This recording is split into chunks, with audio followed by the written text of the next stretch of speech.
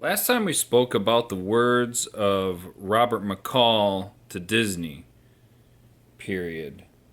That's a book about the Eastern Front. We're not talking about that today. But here we have our topics for right now. And, somebody asked me last time, why didn't I talk about the art of Robert McCall in a more close context? Well, okay. Ugh. Let's get that thing down.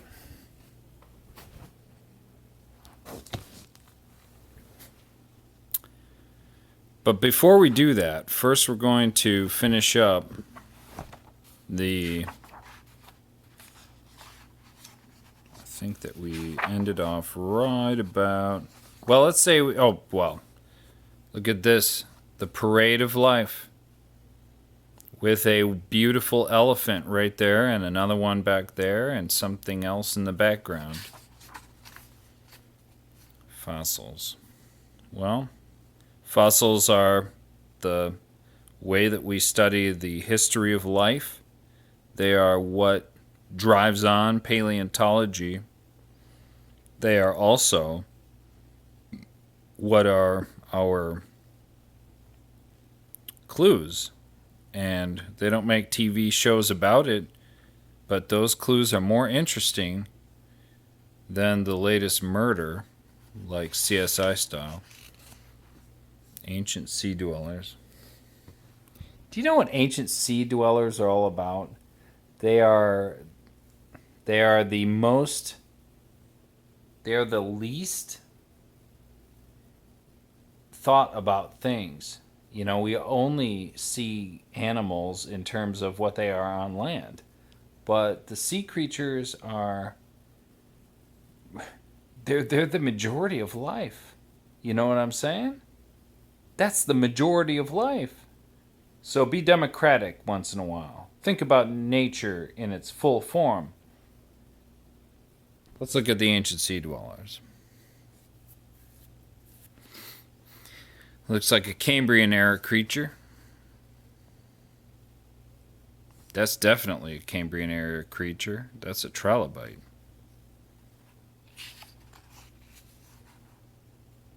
The Record of the Rocks. Yep. That's like the mandatory science book title for a chapter. I've seen it in so many science books you wouldn't even believe it. But here, The Record of the Rocks, that is true for sure. Because that doesn't lie. You can't make that lie. Whoa.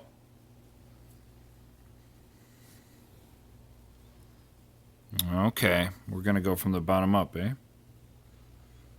There's somebody who wanted to do some art, right? Okay. Huh. So below this, time lasted 450 million years. The Cambrian, the Ordovician, the Devonian, and before that the Silurian, and then the Carboniferous and the Permian. Look at this. Mesozoic time lasted about 150 million years. I'm glad they're specific about. See what I did there? And finally, look at this. A ski jumping monkey.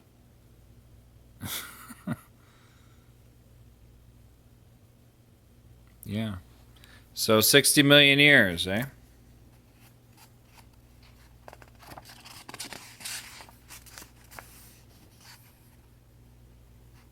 The sea was their home. What are these? Stromatolites? The stromatolites are actually, if these are them, and maybe we can look. Let's say they are. These things are colonized, by that I mean gigantic colonies of individual organisms, kind of like a coral reef, which these are definitely not them, by the way, but let's say that they were.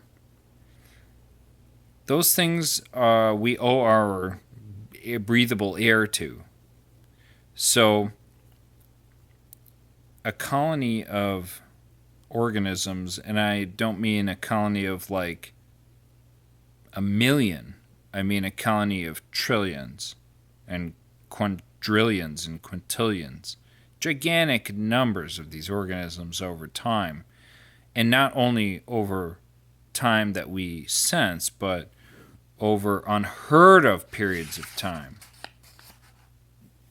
Like, well, I don't know, 1.5 billion years. How about that? But that doesn't. And then here we go, from sea to land.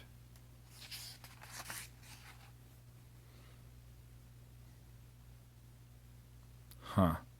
This must be about the amniotic egg, because it's a creature that doesn't depend on the sea. And that is what we call a reptile. So the difference between an amphibian and a reptile is that the reptile lives its whole life on land and was born in an amniotic egg. How much of our life is dependent on what our birth circumstances are? That's an interesting question, especially in 2020. Here we see Dimetrodon and a bunch of his friends chilling out. So what is that sail on his back? It looks like an ornament. It may be such in the sense of, hey, I got a huge sail on my back, so don't mess with me. Sure. It also may have a function. So, for example, it may be a way to grab heat from the rays of the sun. And that just makes sense.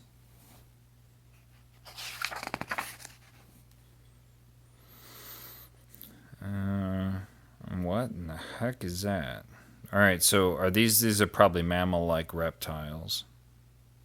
So, I don't know if you're looking at your great ancestor or not, but if this is a mammal-like reptile, you might be. And look what it's eating. Would you like that for lunch? Maybe in a sandwich. Oh, look at these guys. This is when the reptilians went into the sea.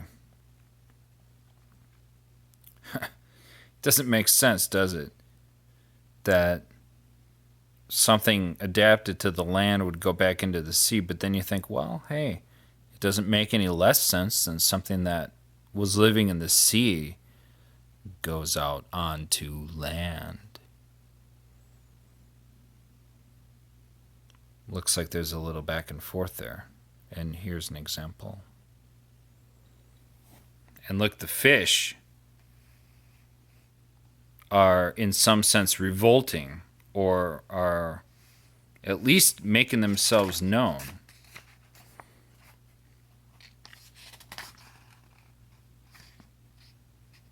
This is a dinosaur hunter?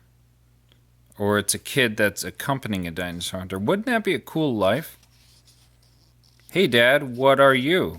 Well, I'm a dinosaur hunter. So oh, look, there he is again. So we're going to go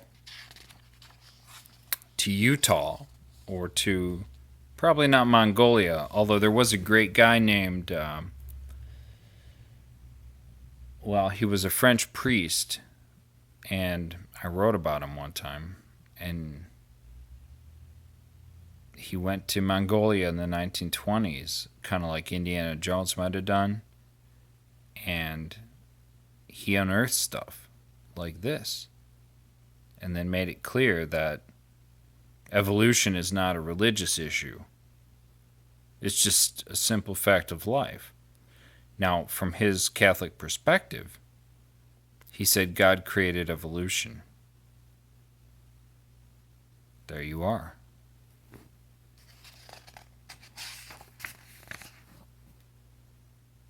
Okay.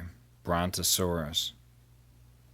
Of course, we know Brontosaurus does not really exist, that he was a composite of bones. And once we figured out that the bones were not necessarily from the same creature, we made two different sculptures from them. And the one that we called Brontosaurus became Apatosaurus, and then Camarasaurus.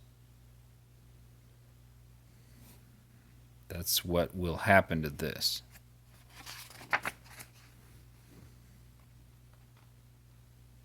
Winged reptiles and birds. Yeah, so look at this.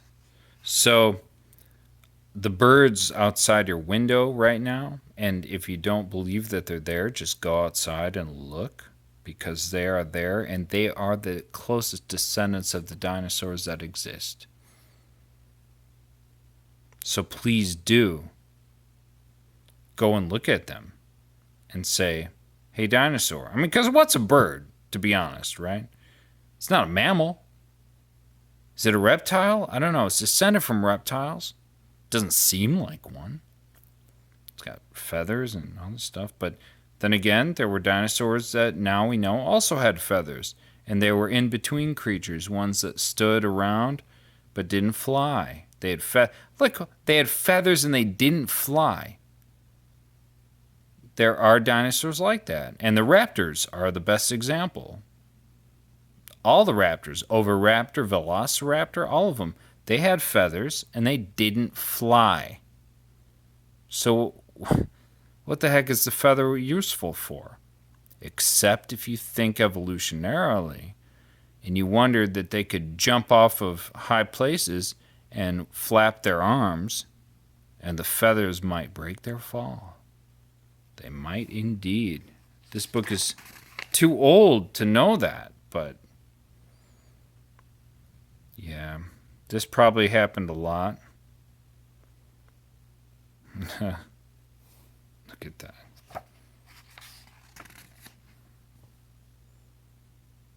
Horn face, eh? Seems pretty judgmental by our standards. But you look at this creature and it has no horns. Why? It's Protoceratops.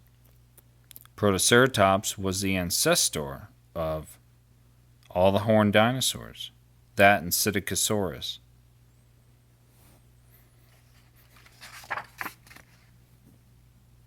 Well, here's a classic battle. You don't want either one to win, to be honest. But here is the power of nature in its full force.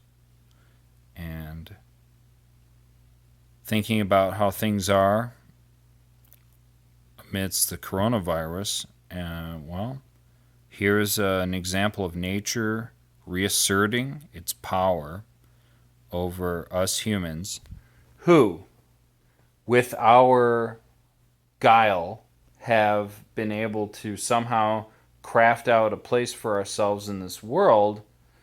But you know this. It's a difficult way to live, but everywhere in this world is a difficult way to live. So I hope that you take this information about life and think about it, and we'll see you next time.